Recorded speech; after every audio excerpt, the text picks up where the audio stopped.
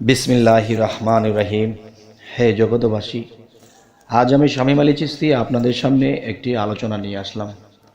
আর এই আলোচনাটি একটু ভিন্ন ব্যতিক্রম হবে। অবশ্যই ইনশাআল্লাহ আপনারা সম্পূর্ণ আলোচনাটি শুনবেন।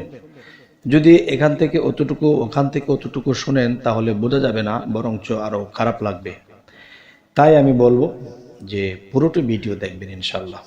বিষয়টি হলো যে দেখেন, আমরা এই পৃথিবীতে ক্ষুদ্র হইতেও ক্ষুদ্র, একটা গ্রহের তুলনায়, চাঁদের তুলনায়, একটা চন্দ্রের তুলনায়, একটা তারার তুলনায় আমরা ক্ষুদ্র ক্ষুদ্র ক্ষুদ্রর থেকেও ক্ষুদ্র, যা ধূলিকণাও বলতে পারেন। তাহলে এত ছোট ক্ষুদ্র হয়ে পৃথিবীতে আমরা এসেছি। তো এখন কথা হলো, এই ক্ষুদ্র জিনিসের ভিতরে, তার মানে এই ছোট মানব দেহটার ভিতরে এমন একটা জিনিস আল্লাহ ফিটিং করে রেখেছে, সেই জিনিসটা দিয়ে এই সমগ্র বিশ্বটাকে, এই সমস্ত পৃথিবীটাকে 101টা পেজ দেওয়ার পরেও দেখা যায় যে আরো অনেক থেকে যাবে। এই সমগ্র পৃথিবীটাকে যদি আমরা সেই মাথা বা শরীরের অংশ, মাথার অংশ মধ্যে সেই জিনিসটা আল্লাহ রেখেছে, সেই জিনিসটা নিয়ে যদি আমরা সমগ্র পৃথিবীটাকে আমরা পেঁচ দেই, তখন কি হবে? সমগ্র পৃথিবীটাকে 101টা পেঁচ দেওয়ার পরেও আরো রয়ে যাবে বাকি, আরো পেঁচ দেওয়া যাবে। তাহলে এত ক্ষুদ্রের ভিতরে এত মহাটাকে পেঁচ দিলে সেই জিনিসটা কি করে সম্ভব? তবে দেখেন, মাথার মধ্যে, মানুষের মগজের মধ্যে এই জিনিসটা ফিটিং করা। তবে কি এই জিনিসটা এতই ছোট যে খুবই ছোট। আচ্ছা, ছোট বলতে যাকে দেখতে হয় খুবই ক্ষুদ্রভাবে, ভালো করে খেয়াল না করলে সেই জিনিসটা দেখা যাবে না, অথচ সেই জিনিসটার মধ্যে এমন কিছু আছে, এমন বড় কিছু, যে সমগ্র পৃথিবীটাকে যদি আমরা 101 বার পেঁচ দেই তারপরেও থেকে যাবে। আর সেই জিনিস আল্লাহ, আপনি, আমি, আমাদের মাথায় ফিটিং করে দিয়েছেন। হে মহান আল্লাহকে কেন ডাকবো না? কেন আমরা অবহেলা করি? কেন আমরা এরকমভাবে চলি? মহান আল্লাহ যে কি সৃষ্টি করেছে, যে ক্ষুদ্র একটা জিনিসের মধ্যে কত বড় জিনিস ভরে দিয়েছে। তবে হে জগতবাসী, আপনারা হয়তো মনে মনে ভাবতে পারেন যে লোকটা কথা বলতে বলতে কি তার জ্ঞান কমে গেল, নাকি লোকটা আমাদেরকে কি বোঝাতে চায়? আমি এখন আপনাকে একটু কথা বলব। যেই জিনিসটা দিয়ে এই পৃথিবীটাকে 101টা পেঁচ দেওয়ার পরেও আরো থেকে যাবে, তাহলে সেই জিনিসটা কি? আপনার বিগত জনম পিছনের যদি আরো শত শত জনম ধরি, তাহলে তো এরকম আরো শত শত পৃথিবীকে দেওয়া যাবে। কিন্তু আমি ধরবো শুধু একটা জনম ধরবো। কি? আমি একটা ছোট একটা উদ্ধৃতি দিচ্ছি। সেটি হলো, দেখেন, এখন তো আর ফিতা ক্যাসেটের যুগ নেই। আচ্ছা, ফিতা ক্যাসেটের যুগ নেই, সেই ফিতা ক্যাসেটটা দিয়ে আপনাদেরকে বোঝানো হয়। সেটি হলো, দেখেন, যে আপনার বাড়ি যদি চিটাগাং হয়, আর চিটাগাং থেকে ঢাকা আসতে আসতে যত ফ্রি রোডই হোক, কমপক্ষে আধা বেলা লেগে যাবে, 6 থেকে 7 ঘন্টা লেগে যাবে। আচ্ছা, এখন এই 6-7 ঘন্টার মধ্যে আপনি কি দেখেছেন, কি বলেছেন, কি শুনেছেন, কি করেছেন? 6-7 ঘন্টার মধ্যে যা যা ঘটেছে সব কিছু কিন্তু আপনি বলতে পারবেন।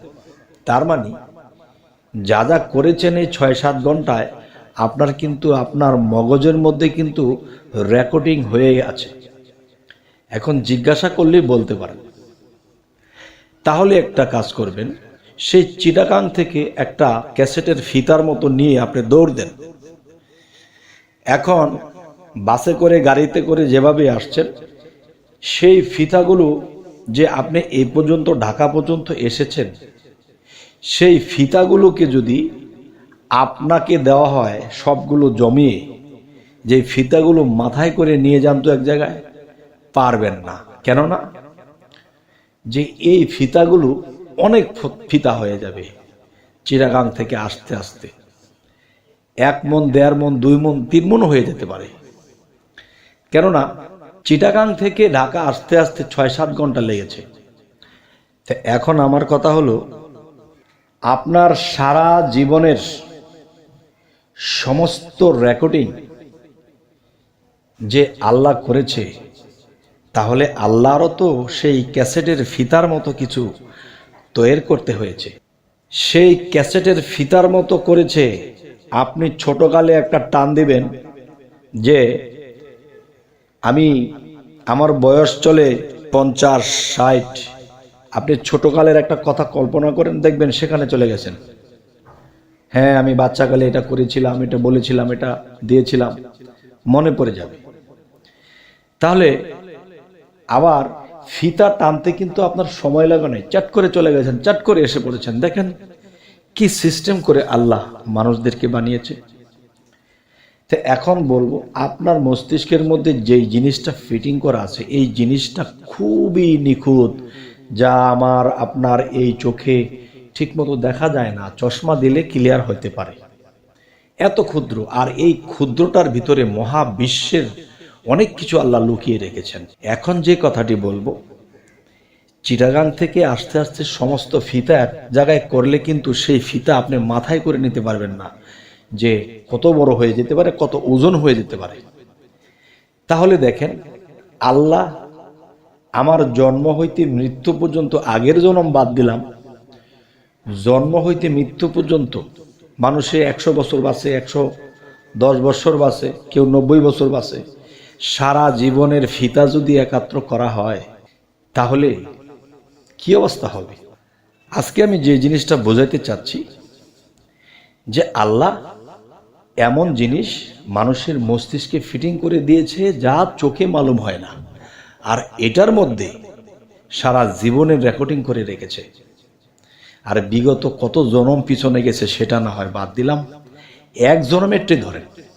তাহলে আজকের যে আলোচনাটি, যে আল্লাহর কাছে শুকরিয়া করি যে আল্লাহর বান্দা হিসেবে, মানুষ হিসেবে জন্ম নিয়েছি আমরা, এটাই সবচেয়ে বড়।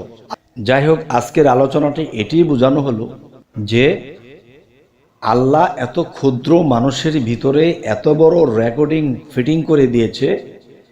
দেখা যায় যে সেই রেকর্ডিংয়ের সেই দৈর্ঘ্যটা যদি বের করে আল্লাহ, তখন এই পৃথিবীটাকে পেঁচ দেওয়া যাবে। তাহলে আপনি হয়তো ঢাকা শহরের মানুষ যদি হয়ে থাকেন, বা বাংলাদেশের মানুষ যদি হয়ে থাকেন, শাপলা চত্বর তো বেশিরভাগ মানুষই চিনে। এই শাপলা চত্বর থেকে আপনি যদি ফার্ম গেট পর্যন্ত যান, দেখেন এখানেই কত বড় একটা ফিতার প্রয়োজন হয়। তাহলে সারা জীবনের ফিতা আল্লাহ ফিটিং করে দিয়েছে আমার মস্তিষ্কে, আপনার মস্তিষ্কে। তাহলে আল্লাহর যে কারিগরি, এই কারিগরি চিন্তা করলে তো স্তব্ধ হয়ে যায়, জ্ঞানে কাজ করে না। তবে হে জগতবাসী, আজকে আপনাদেরকে যেভাবে কথাগুলো বোঝাইতে চাইছি সেভাবে হয়তো পারিনি, তবে অবশ্যই আপনারা কমেন্টে জানাবেন আপনারা কি বুঝলেন। এবং আমাদের চ্যানেলে যারা নতুন, অবশ্যই সাবস্ক্রাইব করে রাখুন, পরবর্তীতে যেন ভালো কোনো আলোচনা আপনাদের কাছে পৌঁছে দিতে পারি। সকলেই ভালো থাকবেন। আল্লাহ হাফিজ।